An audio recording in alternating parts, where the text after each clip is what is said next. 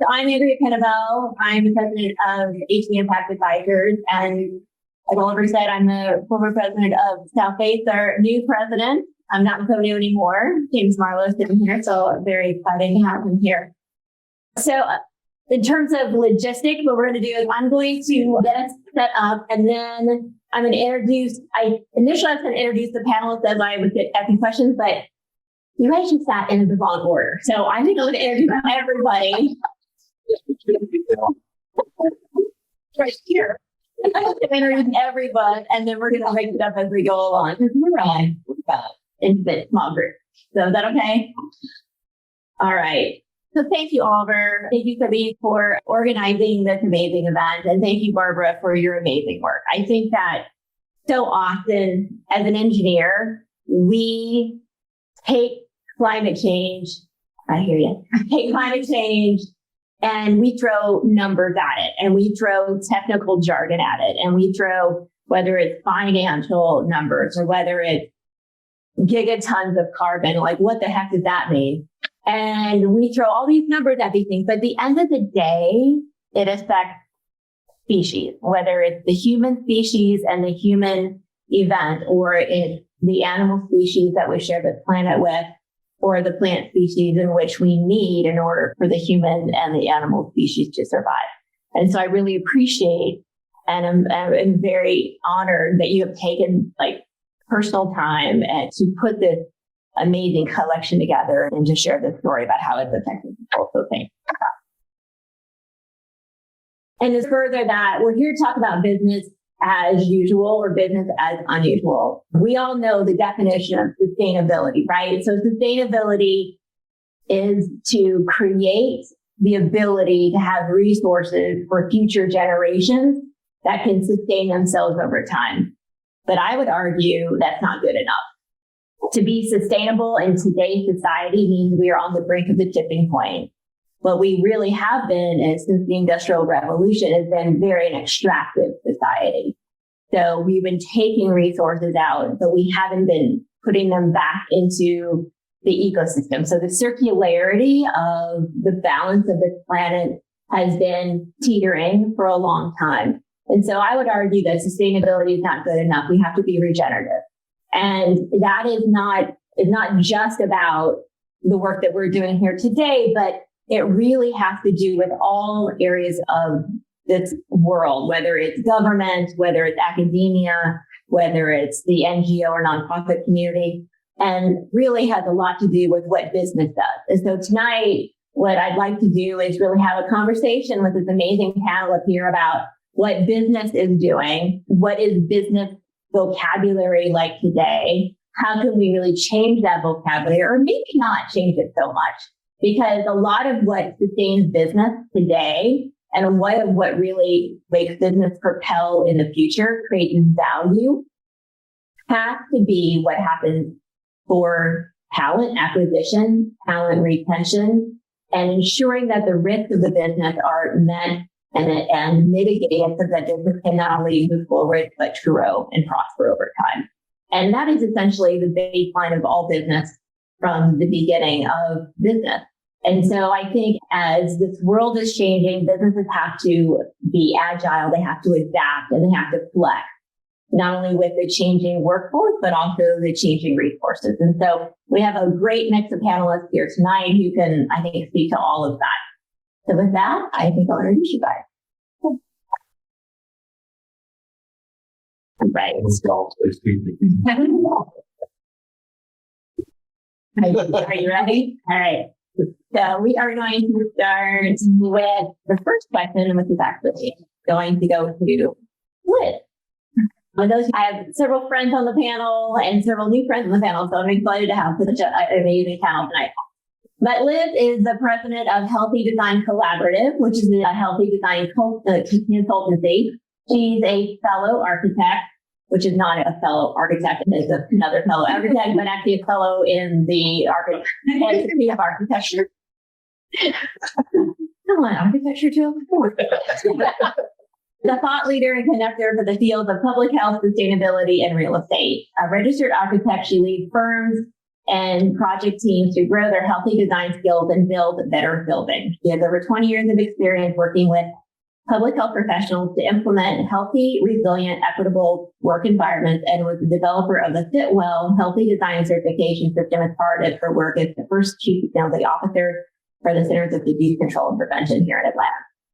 Liz holds a Bachelor of Science and a Master's of Architecture, both from Georgia Institute of Technology, for those are out-of-towners. And Liz has received 2 White House Awards for sustainability and has been named to the Atlanta Business Chronicle's Sustainability Who's Who and recognized by the American Institute of Architects as a fellow for her work in equitable sustainable design. She's a member of the board of directors of South-Based Institute. Thank you, James, for being here, and is the chair of Georgia Tech College of Design Advisory Board. And she's led various AIA groups, including Design and Healthy Leadership Group, the Sustainability Leadership Group, and the Committee for Climate Action and Design Excellence. She's also served on the Federal Climate Adaptation Plan Review Team for the White House Council of Party. Liz, welcome.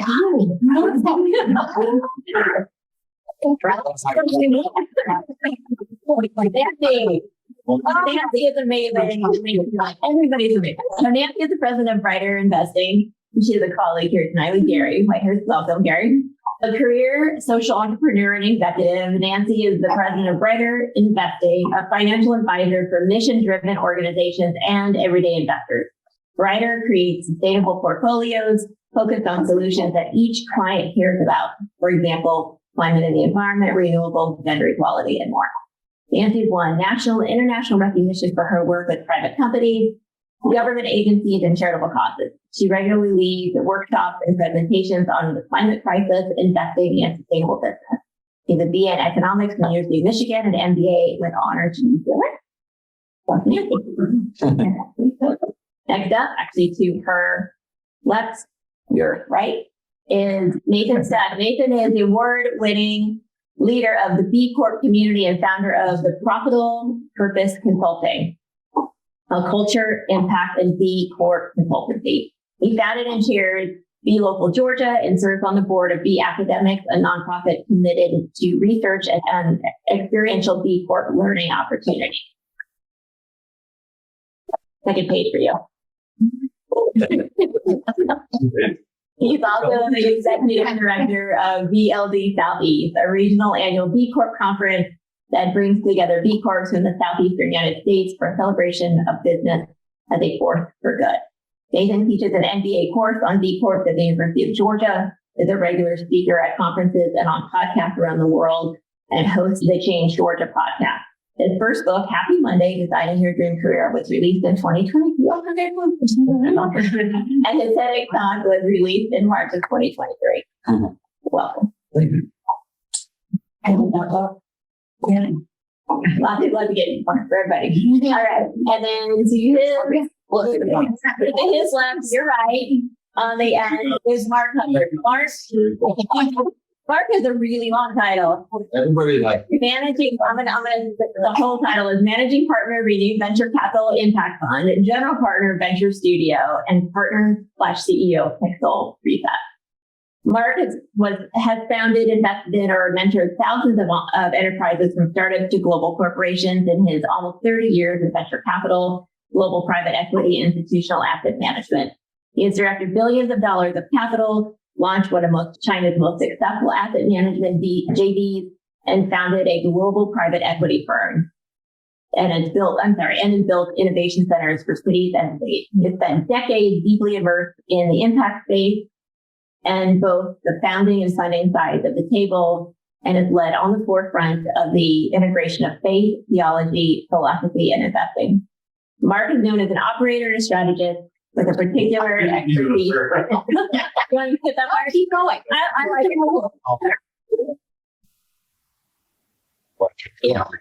In funding cycle strategy, he's the head of Pixel Reset and managing partner of Renew VC Venture Capital, and served as a CEO and board whisperer.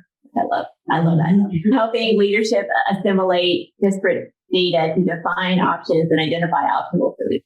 In his personal life, his father was a theater professor, and he grew up on and around the stage. He started the college as a chemistry and classical guitar major and graduated with finance and environmental science.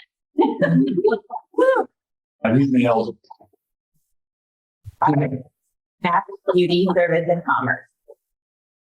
For me, they're all intertwined. So welcome, Mark.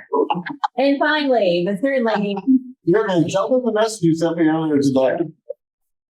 Read your bio. Short, sweet. Yes. Probably like a good level on. he's the Senior Vice President of Sustainability Solutions for North America for Kuehne Nagel. Did I pronounce that correctly? I'm not the German anymore. Did I? It's very good. No. Yeah. We French, not sorry. After college, he started his career at KN in Chicago in 1980, worked in air freight operations and then sales, and then became the Minneapolis sales manager in 1987. Managed Minneapolis and Kansas City branches, and then moved to the headquarters in New Jersey in 2004 to be the Vice President of Transpac Development Air and Sea until 2010, when he became the VP of the Northeast area. In 2020, took the newly created role of SVP of Sustainability Solutions for North America. And we're going to talk a little bit more about his business, but essentially it's logistics and freight. So there's a lot of carbon to talk about right in there. Oh, yeah. I'm the devil in this family. No, I work one side. Maybe it's the devil. All right. What about you? The green one. I think it's ironic you had white wine, which is not the red for the devil, and we have it wine. So I don't know what to say about that, but It was cold. all right.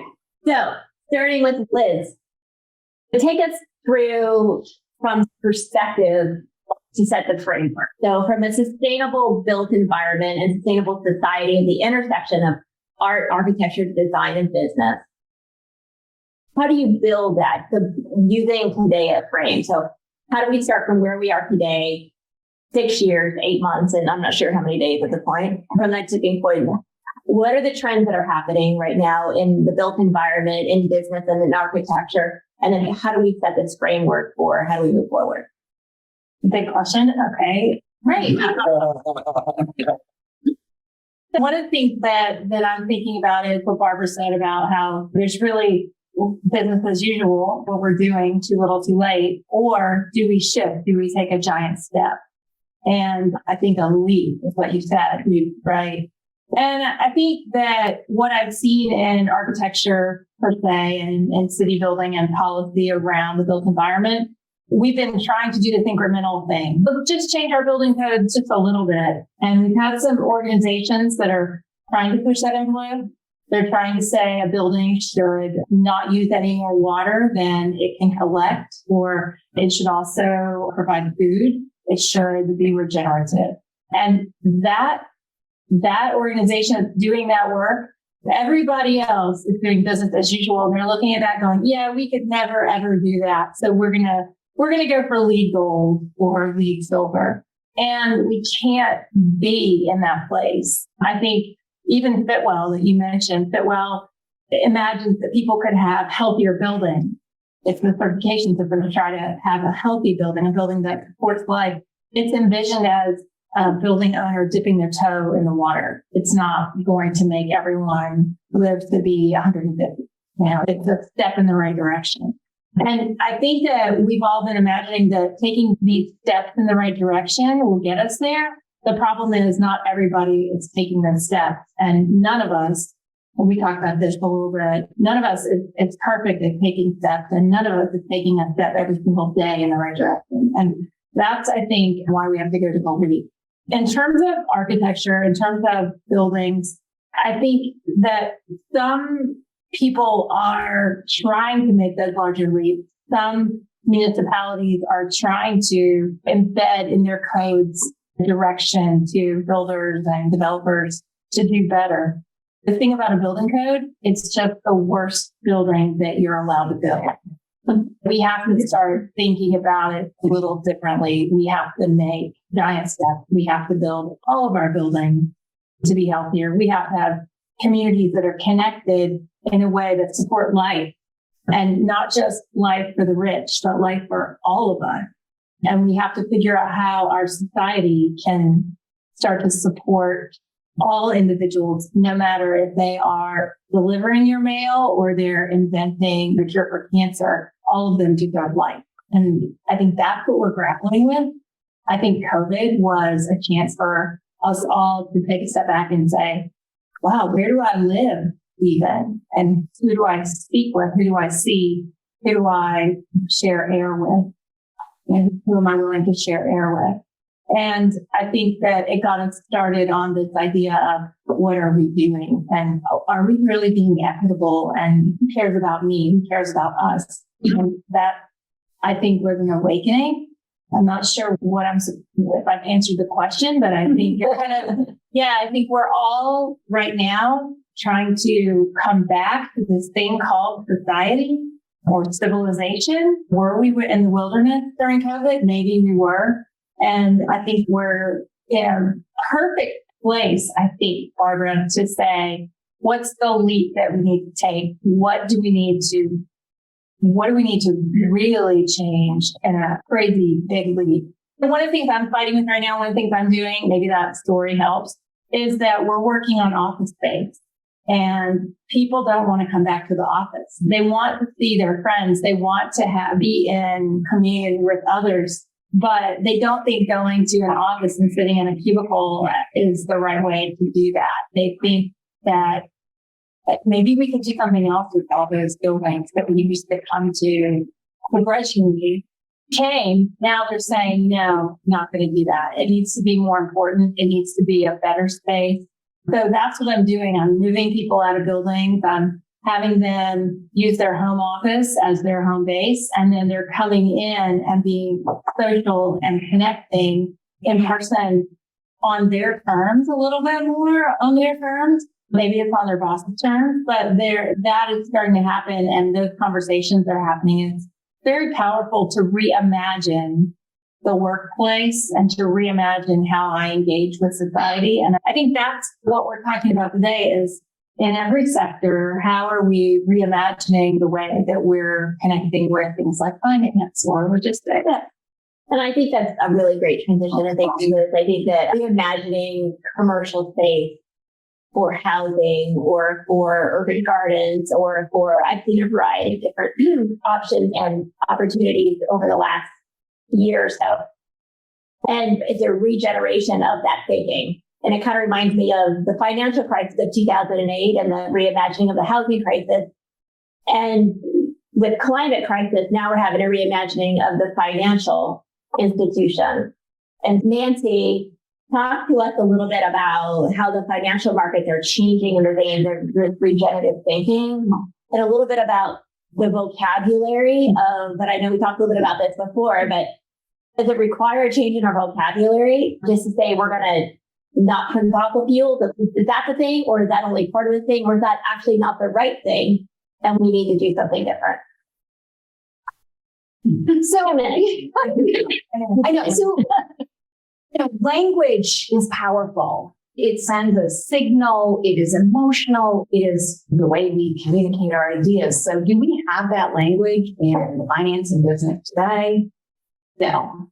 But we also struggle with the language that we already have. And any new language creates debate and it creates divides. And that I feel like are sending us off the real work that needs to be done. So there is a very good term that we already have, and that is sustainability. And you talked about it perfectly, so I won't go back, but it was originally a finance term. And is this business model sustainable? Can it create value today and long into the future? Can it stand the test of time and of change and changing consumer preferences and technology and all of these things? We don't want to invest in something that isn't sustainable. But on top of that is the question, does the business solve a problem? This is one of the first things you learn as an entrepreneur, that when someone has a gaping head wound, a tourniquet is more valuable than a piece of candy. So is your solution a tourniquet or a piece of candy? try to make it a tourniquet, but even better, try to make it a solution that prevents that head wound in the first place. And climate solutions represent a $250 trillion opportunity. And because we have so little time to really reinvent everything in every sector, every company can take advantage of this opportunity if they choose to do. So that is one of the changes that we see in financial markets is this move to support solutions, problem solvers. We are seeing a crazy influx of new tools to help institutional investors mostly, some for we need more tools, but the tools to help evaluate your investments and what companies are doing and what your funds are doing and all that. And it's all good. It doesn't necessarily point us to solutions, though. But as money moves into solutions, it has to come from someplace. And then that would be perhaps the causes is the most obvious thing. Over the last decade, we've seen about $40 trillion move out of fossil fuels, which the burning of fossil fuels starting in the 19th century, it enabled us to grow and become the wealthy society that we have today. But we have a newer, better, cheaper, cleaner technology, as we would hope that something better would come along and say 150 years later. So we see this movement for both big institutional investors and everyday folks like us to express what's important to us, to vote with our money. If we choose to say, I don't want to support the number one cause of the climate crisis, we can do that. And this is not something you have to be wealthy to do. We can all do that. And consumer preferences drive our economy. And private industry is the most malleable institution on earth. If they don't keep up with what we want, it's all or die.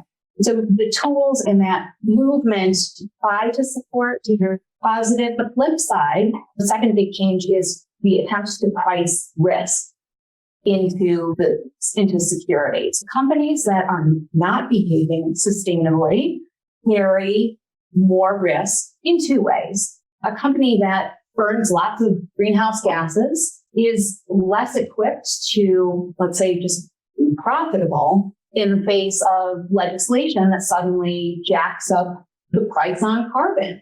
But a company that has been more of a leader in that space, that understands this is where the world is heading, they've built a strategy that is built to last. They have an opportunity to outcompete those that lag. And pricing risk and into the assets that carry that risk, that they will suffer in the face of what's happening in the world or just in their community. That's a really important attempt.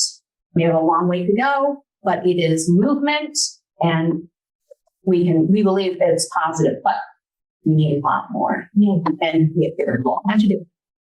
And I would just add on that, I think risk comes in a lot of different phases, right? You have financial risk, you have shareholder risk, you have PR and public relations risk, and you have workforce risk. And so I think that's a great transition over to Nathan in terms of, you like that? Understanding the world of B Corp. And so maybe just like 30 seconds on what a B Corp actually is for those, just kind of get everybody up to speed.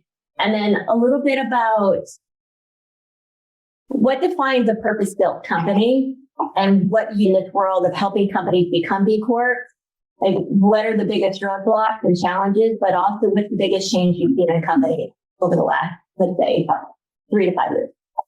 Yeah. So B Corp are business, but we just get going. Certification, we can get clear business. There's a lot of people who are working on that for their businesses right now. There's a couple in this room. Essentially, you go through certification as an outside nonprofit governing body that governs the standards. If you think it's easy, we got another email today. Yeah, we're going to do this on our own. Hey, Nathan. But it's literally, you're like, oh, no. So you get on this call. I warn my clients, just be like They're the referee. They didn't write the rule book. Be nice. The German song theory is important opportunity. But anyway, the joke kind of thing. That was like, so don't shoot the messenger. Like they will like, oh, you do good. That's so great. Prove it. What percentage? Oh, you have some data? Give me the data. Oh yeah, no, I'm going to need more data. And it's that rigorous where you're just like, by the end of it, you're pulling your hair out. So you get it. Anytime you see like anything where somebody's like, oh yeah, be allowed the standard. I saw something the other day. We're not recertifying because we're so far ahead of the standards. Be like, all right, for you. But it is a really difficult certification to get. It is for your entire business. It's employees, it's governance, it's community, it's environment, and it's customers. It's kind of that finding. What? Oh yeah, all of it. Yeah, and then going through supply chain and going through worker benefits and all these things. So it's the gold standard corporate social responsibility. And now there's all kinds of there's some whatever you want to say. Oh, how did Nespresso get it? And companies are like, that's not fair that Nespresso got it. But to me, it means the business case has been made because the whole vote every day motto, that was a B Corp. I literally have a water bottle in my bag right now. This is vote every day, go B Corp. I heard Tom Zaki last week in TerraCycle at a conference, and God knows where I was. Louisville? Yeah, in Louisville this morning. So I was, Tom Zaki talking about that was his thing, vote every day. He was like coming up with all these crazy things with TerraCycle, and the answer at the end of the day is y'all need to buy a lot less stuff. Like at the end of the day, it's that simple. So that vote every day with your wallet and your purchases, but then on a business level, the reason I love this B Corp movement and why I'm very for of is like, you want to talk about wielding a big stick, like businesses purchase. I purchased a Patagonia sweater. I didn't put that way. But like a company can purchase, or the finance bros purchase. Well, finance bros. They're purchasing thousands or something. So you think about like, if my annual report, how do I direct it towards company doing good? How do I direct it towards a company doing something a little bit or a lot more sustainably? When I'm little purchases that like companies that when my old job was like the swag thing, I've seen like 5 companies now that are like that are B Corp certified swag companies that like you are not going to find like, oh, there's a cheap plastic thing that you can put your phone on and you'll probably never use it when you leave this company and it's so interesting. Like they don't make, even like seeing like swag evolve and be like, oh, here's a usable thing and it's reusable and we didn't put the company logo on it, but it came to the thing, like starting to see like the evolution of all these little things of what companies can buy and how can you be used, and seeing companies put on zero waste event, seeing composting become a for-profit business, because that's something Tom talked about as well. Like composting is usually a loss leader. I mean, it costs a lot of money. It costs more money to compost than just burn in an incinerator. So being able to get to the point where we are making some of these business models profitable. And we were talking earlier that using capitalism to fight capitalism in a way of using employees and consumers and like that retention and recruitment argument and making that like that Friedman argument that this is good for business. This isn't a nice to have anymore. So I think that's the big shift I'm seeing is that companies, when Nespresso certified has exploded on the B Corp side, no way. But that to me was very come on. I know a little worried about you want to replace Mr. B Corp. Not the looks, it's the way he pours the coffee. Anyway, but I think once you have that argument, once you have that argument being made that this is not a nice to have, this isn't like an investment in like our public image, this is a ROI piece for the business. This is a differentiator. This is a game changer. This is why students at college want to come work for you. And this is proof that in an era where I'm committed to sustainably sourcing all my materials for the environment. And I put that on my website. Look around at people's websites. Everybody's committed to diversity, equity, inclusion, environment, the community, and they're all saying nothing. I see the B Corp logo and there's a rigor there. I want to see data, I want to see numbers, and Gen Z is smart enough to also see through whatever you assign your PR team to put on your website. So I think that's good enough for like the diversity, like the picture and this person in a wheelchair. And it's all those people work at every company. Everybody is lined up to this like greenwashing, woke-washing game. So to me, that's the big shift I've seen is that companies aren't looking at this as like it's just really aligns with our values. Now it really aligns with our values and it's going to be the bottom line. So that's the shift. Hey, that was a really long-winded. I hope it was entertaining. Okay. And I think that goes really well with how do we build better businesses and how do we encourage not only businesses coming up in the climate tech, clean tech, environmental space or impact space, but then, and I'm a former global head of sustainability. I get it, right? It's the business case. We have to be able to prove the business case like every other department within the organization. How in the world of VC today, and in the world of, I've been on the board of a growth private equity, so it could not necessarily be VC, it could be growth. You're able to. I'm able to. But so how do we, ensure that companies that are purpose driven, right, that have the right value system in place get funded and ensure entrepreneurs have the right vocabulary, right, to be able to talk to invest and talk to the investment community to bridge the gap between traditional investment and what they need in order to have their companies build capacity and grow. And then what's missing today in the ecosystem of venture capital? All right. 2 minutes. Yeah, 2 minutes. I'm kidding. Now we all get to find out together how much planet. Yeah, I don't know. That's an interesting couple of questions. It applies to climate. Look, I come from venture capital, and part of venture capital, I come from impact, part of impact. And yet the institutions I'm building do stand as a critique to both of those worlds in a whole lot of ways. As it applies to climate, because we're not great as human beings in dealing with existential crises, and venture capital is a relatively myopic group of folks. The push basically did really come out of the impact world. Now, the challenge of a push coming out of the impact world, as we talked about, is that the values are not agreed upon, right? There isn't a basis for what you get into high finance of talking about values we all agree on. Everything has to be put in risk terms because it's the value that we can all agree upon together, right? So it all becomes a risk-adjusted return discussion, right? That idea that I know you think you've evaluated the risks of your business well, but you're doing this thing that is bad for the environment, let's say, right? And you don't understand how that's going to disrupt your own business going forward. You're going to destroy your market. That's fine, and it's useful, and it's a useful framework, particularly if you're in the institutional asset management world, because it's a good thing to advise on and create formulas around. The challenge is it's still a return discussion. And return discussions are basically built on time horizons. And so it almost in some ways ends up being meaningless because it's a time horizon return discussion. And so you end up with, I don't know if anybody saw the HSBC bond guy last year. One of their lead bond people made two comments. One was, what do I care if Miami's underwater?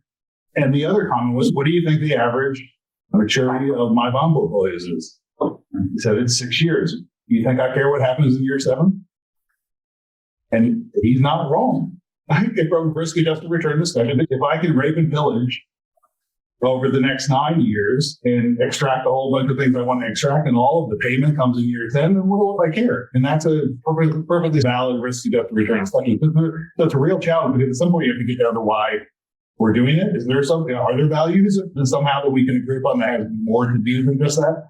Now, the upside, right, from the venture world is that what the venture world does love is dollar signs and loves pain, right? We talked about solving pain. So the bigger the health crisis, like non-existential, right? The bigger the regulatory response, the bigger the actual pain that exists in the world and the more opportunity there is. And that's why over the last year, although the funding markets contracted a ton, right? One of the places you didn't see a lot of contracting was in funding, but in the venture world, in climate tech, because we're starting to feel it, like it's starting to become an incontrovertible thing, right? That we have to address this. And if you have to address something, on a global scale, then there's a lot of money to do that. And so there's not a lot of values at the core of that other than the primary value being shareholder return, which sort of holds supremacy in the venture world, but it will end up pushing that market to fund a whole bunch of solutions. Now, the other question is, what do founders want? That's like institutional investment world and impact world. And I think most those built the impact world grew out of a reaction, right, to the institutional finance world and largely out of nonprofit soil. And so there's all of these sort of trade-off mindsets that exist, particularly in both worlds, right? Like the impact world will be very mission focused and not one exits because there's trade-offs, right? And then you'll have Mark Andreessen saying that impact companies are houseboats, right? They're not a good house and they're not a good boat. And coming from a guy who spends a bunch of time on a yacht, which is good house and a good boat. I don't think either of those worlds is necessarily all that different in the venture space, all that well designed to serve them, because the best founders coming out now don't have any of that in their heads at all. It's a whole new, they want to build big companies that are hugely successful and profitable and do good at the core of what they do. Yeah. And they don't even think in those other terms. And so we need a sort of a new class of, hopefully that's what we're building, right?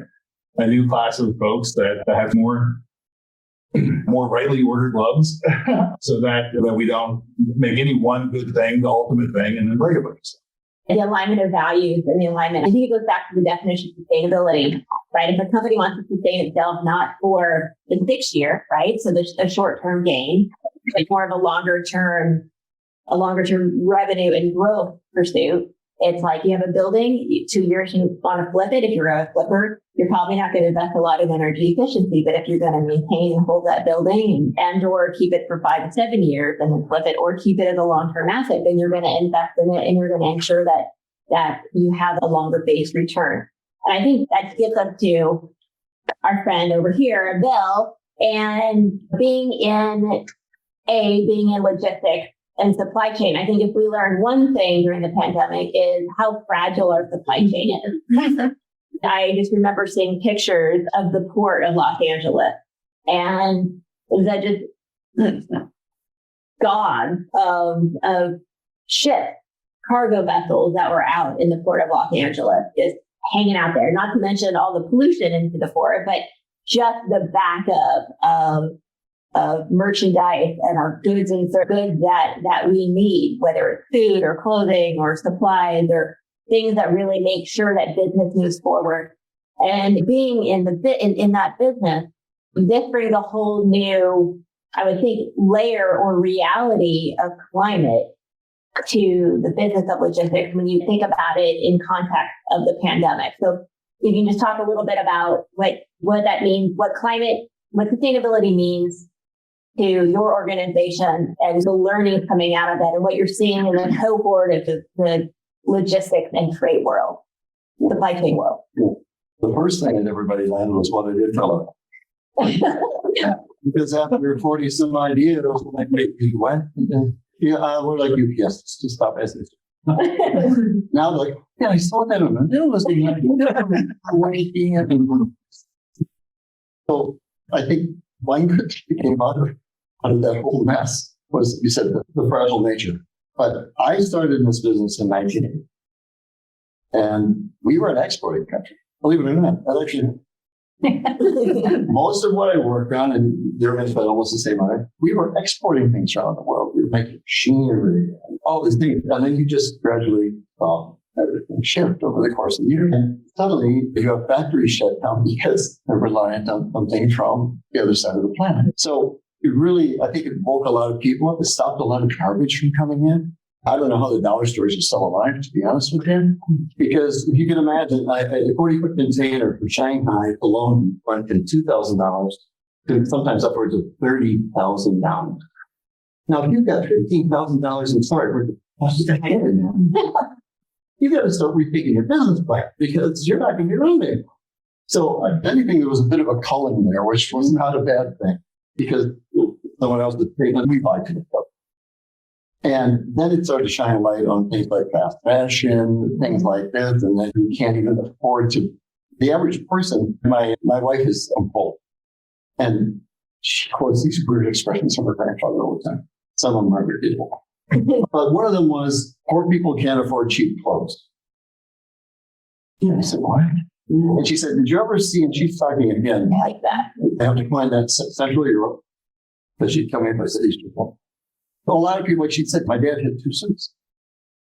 She said they were really good handmade suits. He said, today, I try to fix suits on the time, and 2 years later, they're throwing there. And that was what he was saying. You can't afford the garbage because you just print. And that's what we saw happen with the crisis when people started realizing we're really paying nothing for this stuff. We get it here in short life. But some of that, like I said, got called out, which was a great thing. But then, obviously, you see people like Apple saying, we're rethinking our strategy. So centrally working in China, their strategy is to move to Vietnam. Or you spread it out a little bit more. But you saw people start to look at the supply chain saying, is this reality? Is this what we can live with?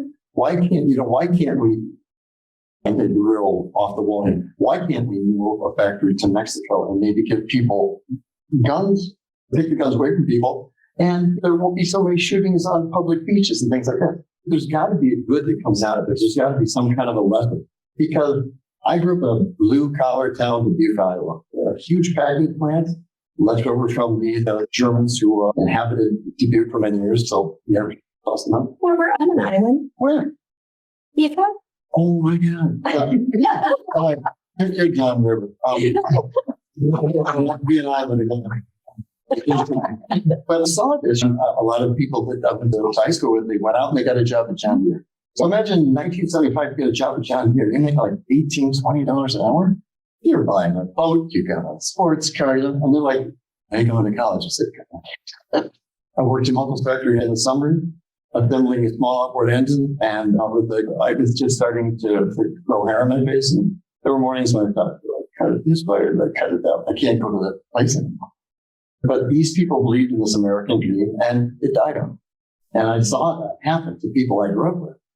And then all of a sudden, I became the devil because they were asking, what? You shipped that crap from over in China? You took my gun and all sorts of them. Like, no, I didn't. That's the way the world works. But yeah, no, I just imagined what they were doing. And like I said, so what we did effectively was to enable that and to speed it up.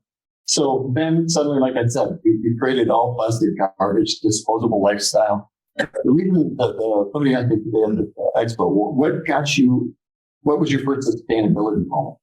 And I said it was something weird. It was 1987.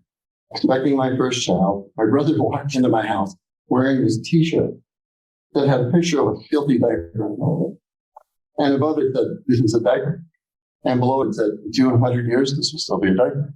And it was just like one of those, so you hear something that you repeat for the rest of your life.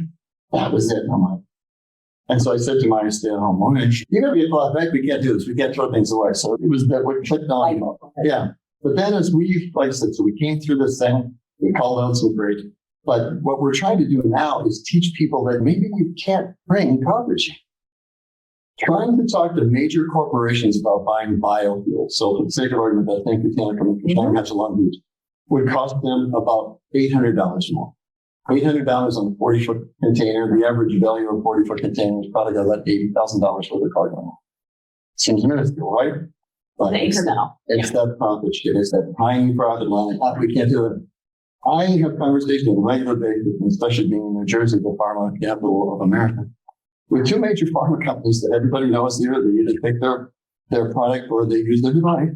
And they both said that we have science-based targets for the 2030 mile post, but we're not going to do anything for 2 years. Tell me what you're going to find. We're not going to buy any biofuel. We're not going to buy anything else out. Oh, no, we can't cut back on our preferred emissions. To move 1 kilometer or to move 1 ton of cargo a kilometer creates about 700 grams of CO2 in an airplane. That's enough to do. So you start to talk to people about the idea of not, my CFO's not that bad. We can't do it. So even if you have a strong CSO, a lot of times they're going to get, call Trump's everything, right? And so there's these challenges. And right now, the people that are buying sustainable aviation fuel or buying biofuel, it's not the SMEs. It's the giant corporations that you know their name. You buy their products every day based on red jackets they got or something. And those are the people that help to us because, and this is why I won't hear this, they have the money to do it. It's a drop in the ocean. $2.4 million for the biofuel. Yeah, here, sign the thing. $3.5 million from a pharma company of SAF because they threw so many vaccines, but they needed a fortune. They said, it's like my little grandson goes scale 10 feeding. Is there more? And they actually said, is there more SAF? It's scarce. It's hard. So we're trying to wrap our head around how can we be a better company? How can we work with our customers? Because like I said, we don't send ships on the ocean or planes in the air.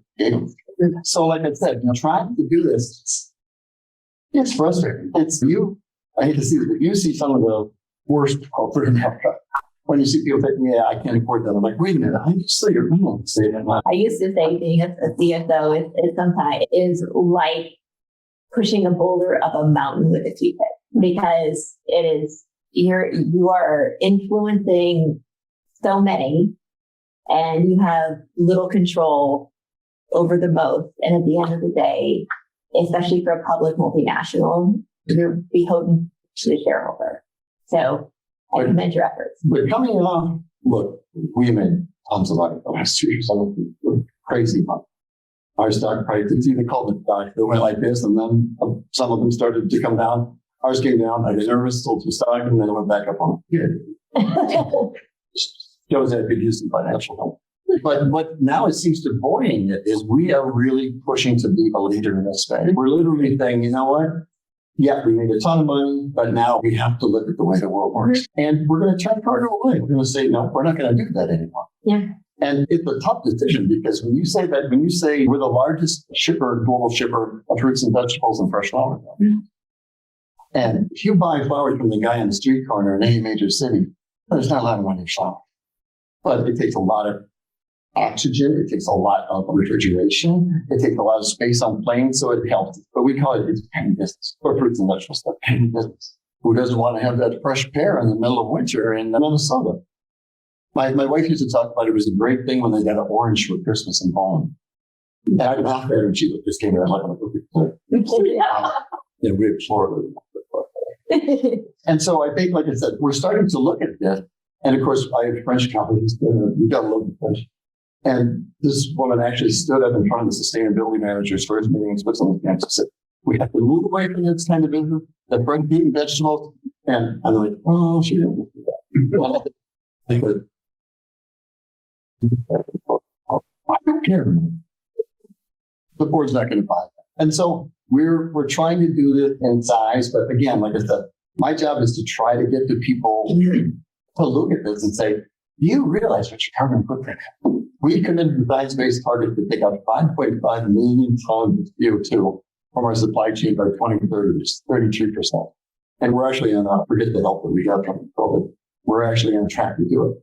But we need partners. Like I said, we need the steamship lines to create better things. I'm at this aerospace thing now. We need people to put more money into SAF so that the price of it comes down. Because in some lanes, when you talk to somebody and they say, we think we'd like to buy that still might be, how much is it? It's going to cost you an $2 a kilo. I'm like, well, I'm paying $2. So if you're going to double my air freight rate, which means that, okay, let's talk about mode changes. We don't have to air freight everything.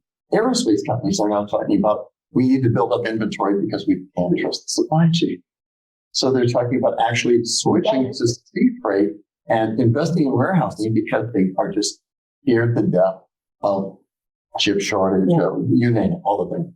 So I'm seeing it, but you really got to get that push. You can't just always be, Google, Apple, Microsoft, Nike, that do this, Novo Nordisk, Pfizer, well, spend this kind of money, because it's easy for people to say, it's such nothing, it's drop in the bucket for them. Yeah. But they're actually trying to do something sustainable and pushing back on what's next? What can we do? What's the next fuel? How many EVs can you get me to deliver the cargo, big cargo out? Yeah. So it's a process, but I'm actually probably good enough for taking a stance and saying, we're going to be a more sustainable company, and here's how we're going to do it. And you got to come along with us. So maybe we're just not going to go. Love that. So I'm going to ask one question to all the panelists, and then I want to make sure that, given the time that we have, open it up, see if you guys have any questions. And then I want to close this out with a call to action that we'll be kind of thinking about if we were to give the audience, and then also recording this, anybody who listens to this, a call to action. But I want to shift a little bit to, we've talked a lot about, or each of you mentioned society. And I know when we were talking earlier about climate change and who it's really affecting, reflecting back on Barbara's photograph, we know that climate change affects the most vulnerable of our society, the most dramatic and initial and most, whether that is anything from energy burden to increased asthma to sea level rise in poor neighborhoods because they built their homes in floodplains, to a variety of different things. With the lens of business and society, what do you think businesses can/should do beyond the dividend, right? So should we rethink about what the dividend looks like?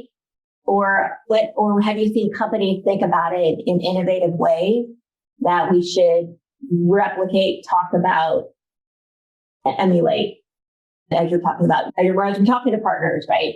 Whether it's B Corps or venture capital, new companies coming up, or companies that have real estate or investments, or your partners that you're talking to. I don't know who wants to go first, or if I can we can just kind of go down the line if nobody has any sort of initial thought.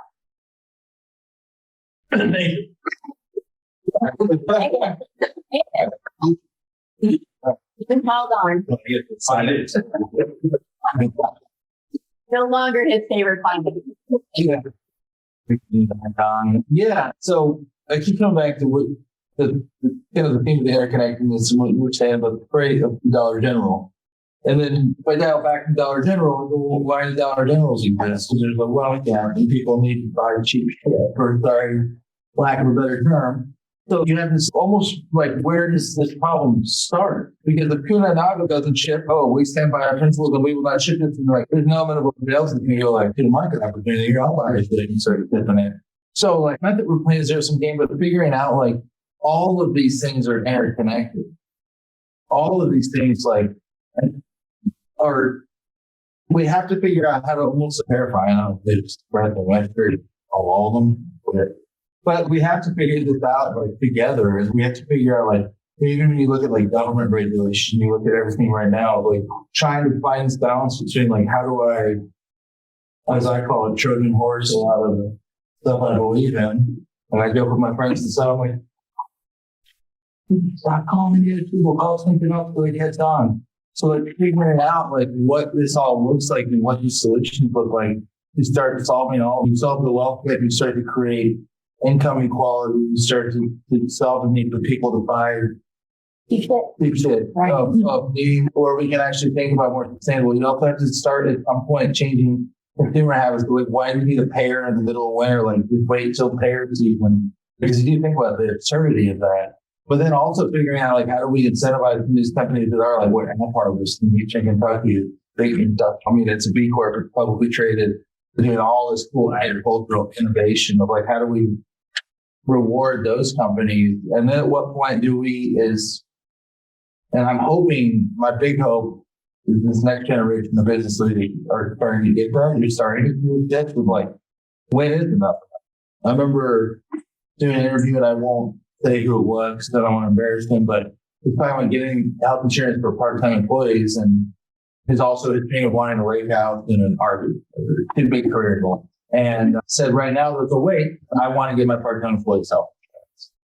He said, I don't need a shaped rocket ship to fly to outer space right now. I have enough.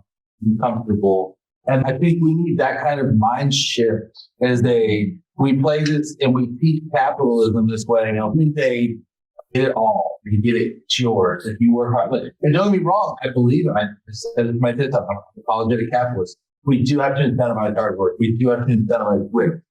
We have to reward it. But what point do we, as individuals, it's going to take us going, no, versus more. Like that's like bloodthirst that we have. I think it leads to a lot of this. It leads to inequitable outcomes. It leads to cheap shit shipping all over the world. It leads to overconsumption. It leads to the crisis we're facing, and these people are at the front of it and have nothing to do with it and live off the land and don't need birthday balloons every year that they throw away as soon as the birthday party's over. I don't know, it's a lot, but I just think it's a lot to digest, but it's one of those too where I think my big takeaway to everybody always is we get so scared. I just scared myself. But it doesn't mean we don't do the work. Even if we're like, we might not save the world, but like doesn't mean we don't go down swinging. And we don't go down like trying as hard as we possibly can to make these societal and capitalist shifts. And we start now. Yes. Stop putting it off, because we've been having this conversation for a really, really long. Yeah. No, absolutely. And you lost the generation. Too many people that are my age are lost. They're not going to be able to retire. They're not going to retire. And these were people that believed in that middle class dream. And so, I've worked at John Deere for 30 years. I got to do that. I got to do this. And so they pulled the rug out from under them. And sure, they didn't get any education, et cetera, but this was the model that they saw as the American dream. And it disappeared. And those are the people that are rigging and charging the capital and doing things like this because they feel like, I lost. The American dream will change and left them behind. Yeah. Yeah, the one thing I think you summed it up very well. The one message I think I would like to share is that these environmental issues that we're talking about, every single one of them is an equity issue. And every one of them is also a health issue. And until we start to connect those dots for everyone, big pharma, I'm sorry, I probably didn't say that. I was going to say some industries, they're in the business of protecting our health, right? So we want them to see that paying a little more for their shipping is part of their responsibility to our health. I see that. It's a system of system. That's what you're talking about. System of systems. And we're treating ourselves like we're an island. No man is an island. We're treating ourselves like what we do doesn't matter to anyone else. And we can just go and get more because more is better. But I think we need to be teaching our children that more is not better. More is more. And sometimes more is worse. A lot of times more is worse. So I don't have that. No question. I would put a plug into early stage private company investing in that. The reason I'm not the CFO, or the reason I'm not in that world, but it's incredibly difficult to think about how you turn around a giant global multinational company with tens of thousands of employees and publicly traded and quarter by quarter and worried about your legal liability if you spend more on freight than you did before. Those are huge, complicated messes, and they're a big part of why it hasn't been particularly satisfying to do a bunch of investment in that space, right? Why ESG was vulnerable to begin with, right? Because that's hard stuff. We don't like hard things in general. We like it to be easy and kind of in a bow. And the one place you have the opportunity to do that is early stage, that I invest in founders who from the ground up are building things to address these challenges and don't have those kinds of complexities at the moment, right? We can build in a way that maybe they won't face it quite in the future and can maybe build things that reflect their values. It's a very hard thing, again, that it can't be, it's easy. In the startup world, you have to be fine with paradoxes, right? Like two things that seem like they're contradictory can exist at the same time. And there's tons of them if you try to do it as a startup, if you try to be an entrepreneur. But one of those have to be that we do all the time when I'm talking to the LPs, the institutional investors. Like I can make arguments all day long for why I feel like what we do will be better, will perform better, will make you more money. Our whole philosophy is built on investment thesis. And yet at the same time, I do it either way. And that may feel like a paradox to you because you feel like one of those is supposed to hold over the other, and I just don't. I think there are right things to do, and you have to go after them and then hope that opportunity will hold sway and you'll do fine. But that's a huge societal shift in a modern Western individualistic extractionary society. But the easiest place to do it is in the early stage. So that's why I'm there. And I think that the challenge is now we're at this paradoxical moment, right? Where we have 6 years, we're at the tipping point, and we just said the next generation, will it be too late? And will we go beyond the point of stepping back from the cliff to a point of adaptation and mitigation? And before I leave, let everybody give one last call to action or a piece of advice for the leaders that we have in the room. I wanted to open it up to see if any questions, either for the panelists or for Barbara. Yes, ma'am. And you want to introduce yourself or Yeah. small group? So please introduce yourself. Bye. So, Hold on. Yeah, no, to me, I like I was bored. Been amazing. I the founder of Sustainable Fashion here in Atlanta. And one of the things, Barbara, I feel your family in feeling that nobody cares. from a textile standpoint. And I think that one of the biggest challenges is people understanding how it's all related and connected to textiles and textile. So my question is, I think from a leadership standpoint, especially since we are with the greenwashing and some of the other things that we have, I'm not sure that I don't understand, but more so that is not on our radar. Yeah. And so when you talk to the leaders, you get the responses on that maybe philanthropy or we don't care about methane gas or things like that. How do you start to shift the thinking as a person that is attempting to make a change in a city or at a global level to people that can make the decisions to help you adjust that in a city where it's very active. Anyway. First of all, I like my head is full. Once in a while. Yeah, I mean, it's a big thing of like the conference you told them, like, why I do this stuff in the top leagues. That's why I'm in Louisville and Nashville and New Orleans.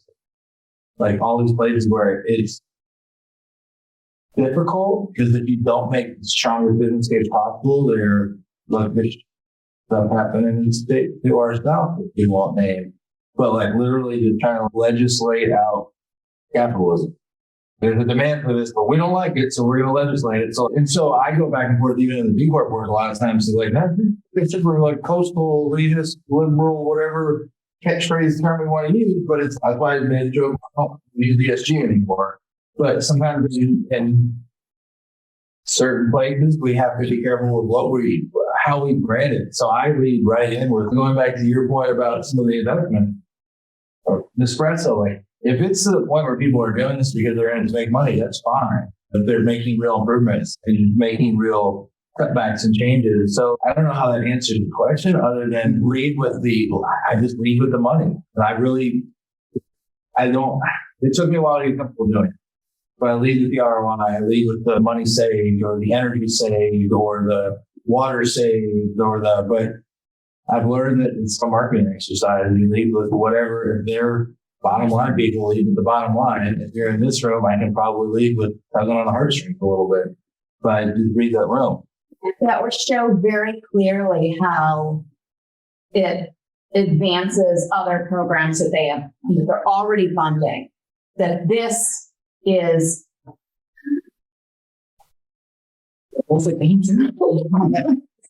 but in using your network, when the more people are saying this to them, the better. That's what we know. Yeah, and it's also the right messenger. I think you could get one celebrity saying this is important, a celebrity they care about, and that's all you need, right? Because it's everybody that follows the lead and the influence the model. Let's say two things. One is this world is most successful when you actively listen to see what problems they're trying to solve and start there. So ask a lot of questions, find out what they're trying to solve, and then how what you're doing helps solve their issues. And then if we can not sneak in, but then reiterate on the backside, like all of the positive parts and pieces that what you're doing does that really help them, then that'll help connect the dots in their mind and they become an advocate and then champions. And then you have somebody else in your border. The other thing that I would say specifically around fashion is there's a lot of capital right now being put into sustainable fashion. There is the Apparel Institute, and they have their capital. The president of the Apparel Institute is a friend of mine. So I can connect you personally if you want to if you're not connected with him yet, I'm happy to connect you. And then there are some global organizations. I know Gap Inc., their CSO is local. She's just left, but she has a phenomenal network who could really connect you in the stable apparel and do a fashion week here around things like specifically supply chain, which is a big issue for sustainable apparel, right? So what does organic mean? Where does your cotton come from? What does the workforce look like? Are you shipping it from Vietnam? You have about a carbon footprint. So I think it's particularly in fashion and in apparel, I think there's some really interesting and specific issues. So I have some folks that I can introduce you to after this. Any other questions? Thank you so much for that. I had a question. First of all, I'm a member of the board of Goethe-Zentrum, and I wanted to thank all of you and Barbara especially for this program tonight. Really very. You mentioned ESG. Lately, there's been a lot of criticism by people in the supposedly pro-business party. G.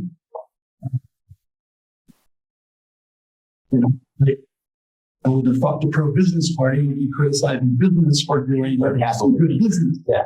But Pretty much. Requirements, somebody. is that political criticism likely to have any impact on companies, or are they going to continue doing ESG because There was I did this all the time, but I read the crappy sustainability quietly. But IBM put out a study today that CEOs in America, 70% says they believe in ESG and they believe it won't reach a profit. But, so that, again, you can talk truth on facts all you want, some people just listen. But I think that, like you said, maybe you need to reformat it or explain to them what you're understanding. But like I said, I mean, that was the preference. That 3% believe, no, ESG is going to lead us to a higher profit and a better ordinance. One thing I will bring up that is terrifying, but God help us all with it. We're getting a lot of that. Just about it. It's big comments talking point. Well, woke and this and but like God knows what else we're gonna have to hear about for the next year. You don't know about that. Wow. No, don't get it on your algorithm. Don't double. But yeah, I think we're in for a fun year of practical stuff, but I think the business will face it right. And I think the good leaders, I don't think it's fun, but it'll be really well. What's crazy is that in sustainability, when you think about the triple bottom line or the three-legged stool or whatever you want to call it, it is essentially ESG, right? It's the environmental, social, and the financial components in equal portion. And depending on the business, it's defined in a variety of different ways. What ESG has become, and I don't know, Nancy, you're the one that said it in terms of reporting requirement, it's like the lead for building, right? If you think about it. And so I think what they're equating it to is a reporting requirement, which is the same thing, but really not the same thing as running a good, solid business. And you have to consider all three of those things if you're going to run a good, solid business that's going to be profitable and sustain itself over time. And so anything else that gets politicized, I think you'll see it can fall over time. But those CEOs, 70% of those CEOs will continue to do it because in order to sustain and grow their businesses to be profitable, they're going to continue to do that. Because they still have to hire a workforce. They have to retain that workforce. They know it costs a lot more to hire than it does to retain. And every generation cares more about purpose-driven business and that they're transparent and that they're honest and that they're doing good by the community and where they operate. And so I think that it's being politicized, especially going into an election year. But the long-term story, long-term being more than the election year, will be that it'll continue to be fine. And 70% is a majority. So the 30% who are creating the uproar are in the minority, and they're the ones who are facing the highest reporting costs because these are not things that perhaps they have tracked or care about. And naturally, they're going to try to protect their profit margins and their resources and fight that. But I think it is important to recognize that the business case has been made and the majority of CEOs get it. So whatever happens in the fray, things are still hopefully moving forward. I would add that one of the big confusion points around ESG is that ESG is industry agnostic. It does not care what you do. And fast fashion company might have a great ESG score, but what are they actually contributing to all of us, to our planet, to our people, maybe we don't like that business model. Maybe that's not a sustainable business model. And so despite a high ESG score, because their everyday practices, they are minimizing their emissions. They are hiring a diverse workforce. They're running the company. Those are all important and they all have a direct impact on the bottom line for what you do. And that is something that all of us can try to influence through our choices and not buying all the stuff, I think as an example. what you're saying will be the next shift in ESG reporting. Like we love next year, implemented version 7.0, essentially, there will now be minimum requirements. Before you could just get 80 points, so I could be whatever, no people's points sludge out of the back of your factory.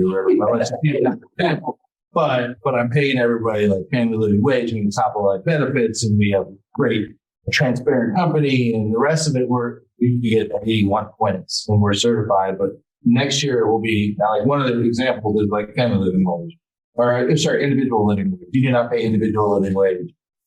You're not certified. It won't be you can get 80 points wherever you can get them. They're like, you need these points, but we're going to require you to do something. They already had some prohibited industries and things like that. But I think that's where it's going to go next. Is instead of giving you a score, we start with some baseline and then spit out a score so that you can avoid those situations. They're ready to that. And even fast fashion, there's that. I've heard the equity conversation too, where it's for an interview, tangible, it wasn't before. So like all the weird gray areas, but I think hopefully that next evolution or iteration, and I understand it won't be. We just kind of have to we don't have time to win, but make it work better. And iterative approach to some of this stuff, but make it work really quick. Make it work better really quick. And so I think that's a great transition. Thank you for your questions. I would like to thank the panelists. And I want to leave you all with, if you have one thing, or we'll keep it like 30 seconds or so, a piece of advice or a practical tip for a leader that either you've seen or you would like to see, either for the leaders in the room or for those that will watch the podcast later. What is one thing that they can do in order to change business or to be a power of good? And maybe we'll start at the end. Well, because you go, Mark. They go first, of course. Yeah, Mark, you've had the luxury of everybody else going first. So you go first. I guess sort of in response to what you asked, I guess I would encourage everybody to try to use both your both use your sort of prophetic voice and your incentive voice. You really do have to, from a practical standpoint, right? Help people work through what their incentives are, work within the structure, and sometimes it's positive and sometimes it's negative, but you have to do that. And I do think it makes sense to call them to something at the same time. And the way I choose to do that, and I think the way that tends to be the most effective, is actually come to the theological circle. This idea that most of the time when we do something bad, what we do is consider bad. It's not that we were after a bad thing. We're usually, I said earlier, it's usually a good thing that you want. That you just make the only thing that matters in the whole world. And usually when you take a good thing and you make it the only thing that matters, everything breaks, right? And so the way to attack someone's worldview is not to attack their worldview. To say, that thing you're after is a good thing. I'm after that thing too. I just feel like you're not going to get to that good thing the way you're going after it right now. And so why don't we go after it together in this altered way, and we'll achieve more of it than you would have otherwise. And that sort of then melds both the incentive idea with the prophetic idea in a way that they can not feel attacked. And that's how I go after both VC and impact to try to move towards some kind of program. Not where I wear my sustainable shirt now, not my Take Action Make Progress shirt, but I say the Take Action Make Progress is my motto, because I also feel like in line with the vote with your wallet, vote with 15 voting centers, vote with your check the organization, the suppliers. Or really take an assessment of your company and see where you're at. When the B impact assessment is a great tool, if you don't want to certify the B Corp, just pay it. It's free. And really start to measure some things you probably haven't measured before. Ginger and I are going through it right now. Like, You start to budget this thing and you go, oh, dude, I thought it was a big company. There's things that will open your eyes, even if it's like like you can take it, you can't certify it as a nonprofit, but still, like, you can start to evaluate. So I think, and then start to improve things and start to shift your dollars where you can improve them. Because I still am all good on the train of supporting these businesses to help make the business case even stronger, which is the free market demand curve. It's making the case that it, well, much in Florida is fairly low. It's the capital case. And I think that starts when we win. Yeah, in honor of Earth Week, for those who don't know, for the second year in a row, the official theme for Earth Week is invest in our planet. And so clearly that is really relevant to everything we're surrounded by today, which just choked me up as we talk through your story. But I said this in 2019, which was the last time I sat on a panel here.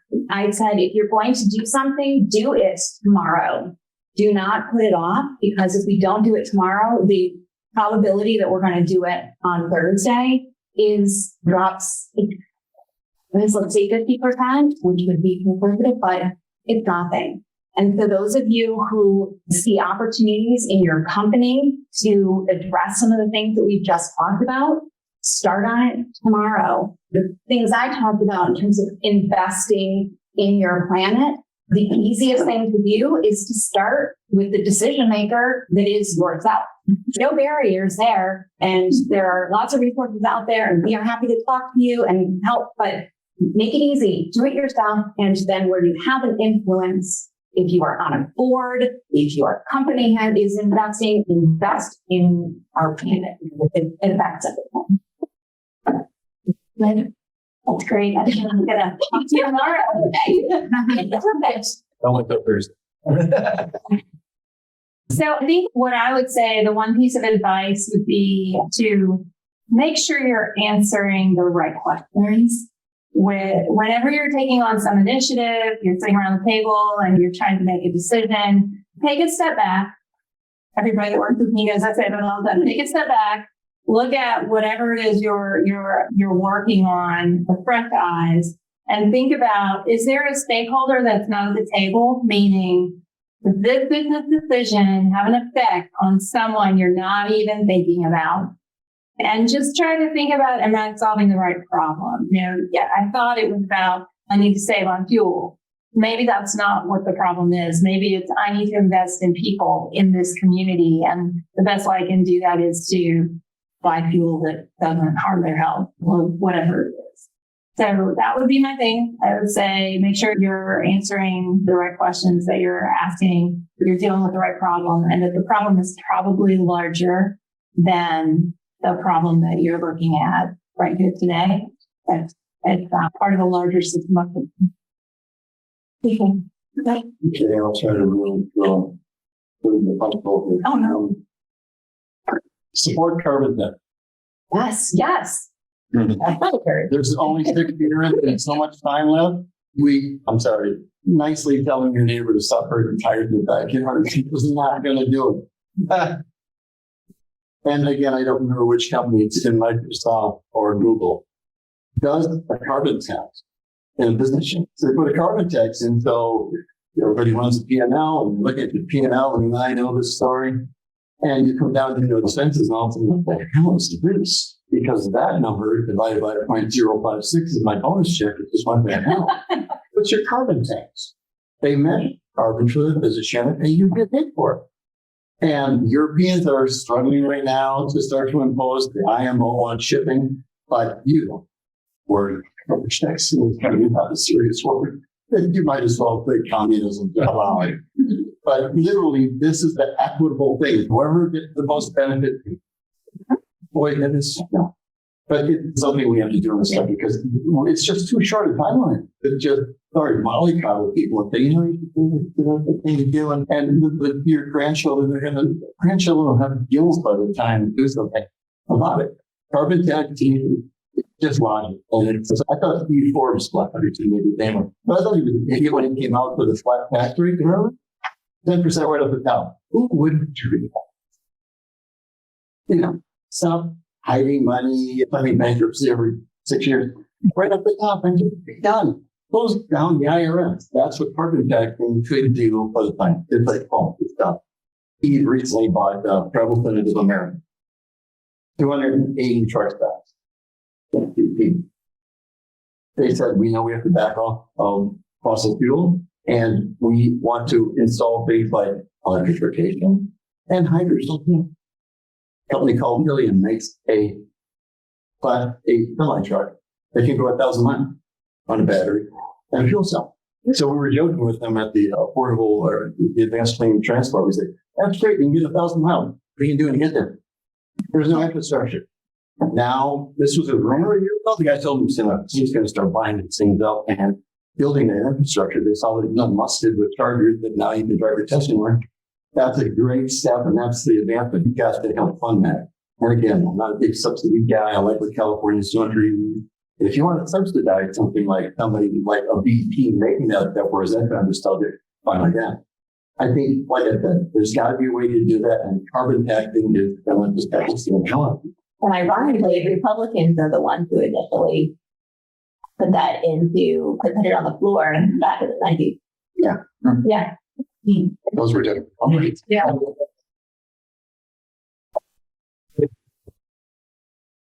Hi, Brad. We did a really good job today, mostly from politics. And I think I would say, and we started out this way, I would say that numbers don't get people to move, people get people to move. And so by bringing it back to how it affects people, even to the CFOs of the world, it is important to think about what that does to your workforce, what it does to your risk, and what it does to your communities where you operate. And having it, and I have been, my whole career, I've been in this sustainability for over 25 years. And I would end this with, you get more with honeybees than vinegar. And so I think that would be the last thing that I would say. And because I'm the moderator, I get and so thank you so much. Thank you, Sabine, for organizing it, Oliver, for hosting, Barbara, for your amazing work. Thank you so much for all of you for coming out tonight. And for those who are listening to this later, please send all your questions to them. And with that, I think we're going to be around for a little bit, maybe a few minutes. So if you have any other questions, I think we'll be around. So thank you so much. Thank you guys. And thank you.